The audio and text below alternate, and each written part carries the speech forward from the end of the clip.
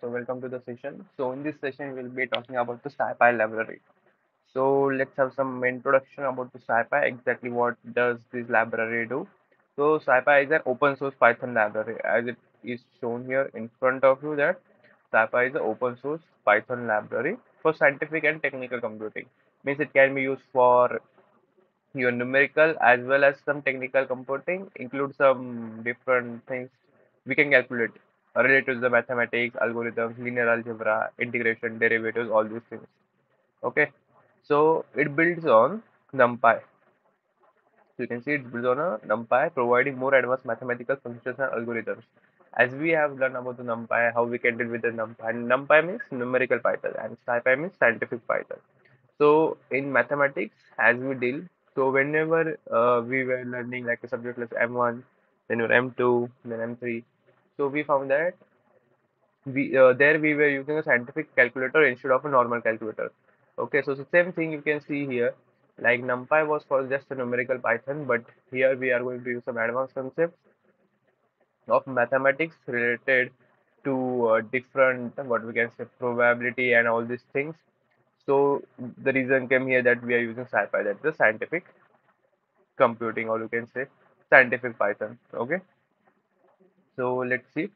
The thing is mentioned that while NumPy provides basic array manipulation and mathematical operation, SciPy adds additional modules for linear algebra, integration, optimization, statistics, and similar processes. So as I mentioned you can see that it includes modules like linear algebra, integration, optimization, statistics, and signal processing. Okay, so SciPy is a more specialized toolkit built on top of NumPy. You can see it is built on top of NumPy, often used in fields like physics, engineering, and data science. So operations related to the physics, we have learned different types of theorems in the physics, and we have the theorems to prove in mathematics as well. So this all things can be done using the SciPy. Now let's see. These are about the packages and all these things. Before going to these packages, let's have some simple coding and this all stuff. So if you have not installed SciPy, first install it. Okay, pip install SciPy. After running this particular command, you will be going to get your SciPy installed at your particular whatever you are using. I am using VS Code. Many of you are using Jupyter Notebook or some of Google Colab. Okay, no worries. So see requirement already satisfied. So that thing in front of you. So successfully installed. Now let's move ahead and see what can we do. So now I will be going to import. Okay, so I will be importing SciPy to my code, and we will also use NumPy because many of SciPy operations require NumPy array as input. Okay, that's the reason we will be also importing NumPy. So see in front of you, I am importing NumPy as NP, then SciPy, and in SciPy, so from SciPy, a scientific computing package of a Python. From that, I need stats, integrate, then I need linear algebra, optimize, and signals. So whatever things we require, we can import directly from a SciPy. Okay, so let's move ahead. We'll be going to see different simple operations. Now let's simply start with a basic thing. So here is a basic in front of you. So what I've done from SciPy, I imported stats. Okay, stats means statistics. Taken some sample data. So here is a list of the data. So from that list, using using that so list will be taken as a reference. So from that I need a mean, median, and mode. So one thing to notice here is that the thing is to notice here that you can see I also use here NP means NumPy. So NumPy help us to calculate mean and median. But when we want a mode, so in that case, we need a SciPy. Okay, so see, mean calculates your average, median is the middle value in the sorted data, and mode is the value that appears most frequently. This whole thing is explained in NumPy tutorial as well. So after running this code, let's see the output. So I got a mean, I got a median, and I got a mode. So mode is what? Count equal to 3 mode 10. You say 3 times the 10 is repeated. I got a count as well as a mode. So using stats you get a mode. But if in NumPy there is no any particular function or module or what you can say any inbuilt functionality available to calculate a mode. So here you can see using stats in SciPy we have the ability to calculate a mode to get a mode. I hope this simple point is clear to all. Now let's move ahead and see what else we can do.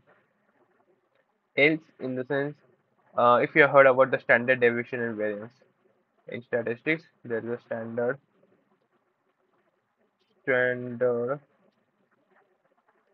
deviation and variance. Okay, so we can also calculate it as well. Same thing you can see here. I am using NumPy as well as your SciPy. So I'm just giving you the difference where we can use the NumPy and where we can use your SciPy. Okay, so please note all these points. So here you can see with the help of NP, I'm able to calculate your standard deviation as well as variance. Okay, so standard deviation means it measures the spread of the data, means in what way the data is in the particular data is spreaded. Okay, so we get a spread of the data and it measures it, and variance is the average of the square deviation from the mean. So this point is also explained in the NumPy tutorial. Okay, a very simple and easy thing to understand. Now moving ahead, let me show you some simple operations that linear algebra can, how we can do the linear algebra in the stats. Majorly no one asked you about these things, but as an explanation, but I will be going to explain you. So you can see from SciPy, I imported linear algebra, that is lin alg. So I created two np.array. So after creating that np.array, I have a and b. So np.ab, it is a matrix multiplication, simple matrix multiplication. But I want a determinant. So I will be using linear algebra in that I have a determinant. So I will be calculating determinant. Also I want to inverse it. So I will be using inverse from linear algebra. You can see all the operations are performed here. So what is the reason of using all these things? So many, if you want to be a statistics expert or you want to explore in the field of stats, so there are lot many different things available. So you can go and search out. It depends on your project as well. Is this thing is always used or not? Basically, it's for the machine learning model creation and prediction. If you have some variety of data and you are dealing with the scientific data in the field of physics and this all, so there these things can be used. Okay, you can say I got a perform sorry np dot performs matrix multiplication as mentioned. Then linear algebra dot determinant computes the determinant, and the third one calculates the matrix inverse. A very simple thing. All things are covered in your mathematics, and you do this all things. You follow the given procedure or a flow to calculate this. But in coding, you can say it's a very simple thing. It can be done in a very easy steps. Just you need to know how it is calculated with using which particular module and what method is used to calculate it and what need to be passed. Okay, I hope a very simple point and it is clear to all. And in mathematics, you also heard about the eigenvalue and eigenvectors. Let me take you through that as well to see. We have eigenvalues and eigenvectors. Okay, so the same thing using linear algebra, we can calculate that as well. In front of you, I am calculating eigenvalues as well as eigenvectors for the particular matrix that is A. That is A. Okay, now see. In front of you, we got the result that is eigenvalue as well as the eigenvectors. Okay, not that much hard, simple thing. Let me provide you explanation as well, so you will be remembering it for a long time. Okay, linear for matrix A. Okay. Linear algebra dot EIG is basically used and it returns eigenvalues and eigenvectors of matrix A. Good. Also, we have some numerical integration means we have learned integration, derivatives. All these things can be also calculated using different functionality in SciPy. So this will be little bit hard to digest. If you know the mathematics very well, you will be getting it. But if you don't know, then it will be little bit tough to understand. Okay. So I will be not taking you through that all different things, just the basic overview. What can you perform in the SciPy is here in front of you. Okay. This is a simple introduction and this is enough. According to me, for now, this is enough. When you'll be going to learn about some different statistics like how this integration, then your derivatives are done, then you learn about different testing methods in the statistics, then at that time you can go and explore more sci-fi. So at the basic, at the beginner level, this much is enough to you, and it will be giving you all the clear idea how all things are work in a sci-fi. So we have explored linear algebra and stats. In the same way, we have what integrate, then your optimize and signal. Okay. So I will be just giving you the overview what these things are doing exactly. To see linear algebra. So it's advanced linear algebra routines, matrix operations, and decompositions. All these things can be done. In optimization of algorithm, including finding minima, maxima, and root finding. Okay, minima, maxima finding in a particular graph or against a particular data. We need to find a minima, maxima to get a particular point in that particular data. Then statistical distribution, descriptive statistics, and hypothesis testing. It can be done using the stats in the SciPy. Integrate, integration. I hope you all know the integration. So functions for integration are included in integrate, including your numerical integration, solving ordinary differential equation (ODE), ordinary differential equation. Okay, remember this point, ordinary differential equation. So it can be also done using your SciPy. If there is any problem statement, you can go and deal it with. And there is also a thing that is a Fourier transfer algorithm for signal processing (FFT). FFT can be also done. You can go with a fast Fourier transform, and it can be performed using your FFT SciPy.FFT for one-dimensional signals. Okay. So what FFT does, it decomposes a time domain signal into its frequency component, which is specially used for signal processing. Okay, it is basically used for a signal processing. And in the same way that your ordinary differential equation, it is used to solve initial problems. It means you can solve integration problems. And if you define a function representing the differential equation, and it can be provided initial values and a time interval. Means you need to provide things to it to get a particular result. So if you're not getting it, let me show you with the example. So see the very simple example which deals with the integrate, and here we have given this equation and we are passing it and we need to solve it. So we'll be getting the solution as well, and what we are using here, that's the important thing, and that is your solve IVP. Okay, so it solves the your differential equation, ordinary differential equation, and returning t, that is your time, and y is your solution. Okay, so here you will get the time values as well as the solution. It depends on, are you interested to deal with such a high level integration and differentiation? Are you interested in mathematics? And if you are interested to solve a very big problem, as we have done in M3, M1, M2, so the solution, you can see it takes a number of pages to get a particular solution. And here you can see in a one click, just you need to mention particular function or a method, so you'll be getting at your fingertips the result. Okay, so we were at Fourier transform algorithms for signal processing. Same we have sparse, first sparse matrix operation for memory efficient handling of large, mostly zero matrices. Okay, then ND image, that is multi-dimensional image processing. SciPy also can do the multi-dimensional image processing. So those were the things we can do using a SciPy.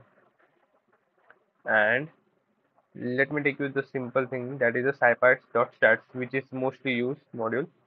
Provides a large set of functions for statistical analysis, including tools for descriptive statistics, probability distribution, statistical tests, and random sampling. Okay, commonly used function. With these are the commonly used function. You can say describe.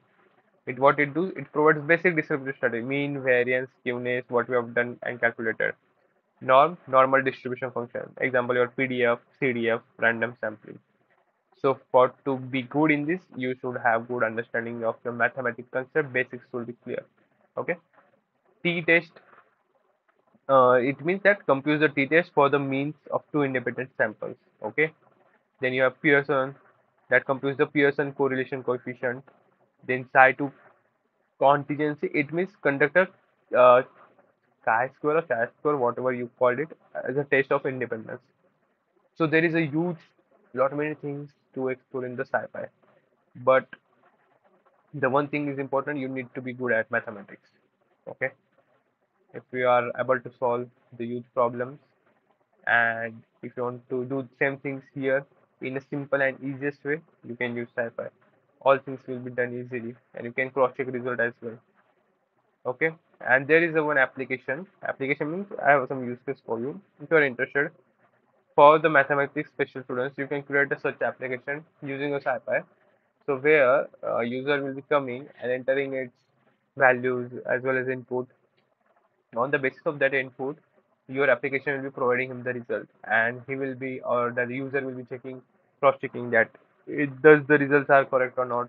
So this can be application you can make or prepare. You can develop this application, see what results you are getting. You can have a full mathematics concepts in those applications. You can integrate all this functionality using SciPy, and a full-fledged application can be created. So if you want to explore more, so this is the correct way. So the things we'll be covering, it will be that your mathematics will be going to more better.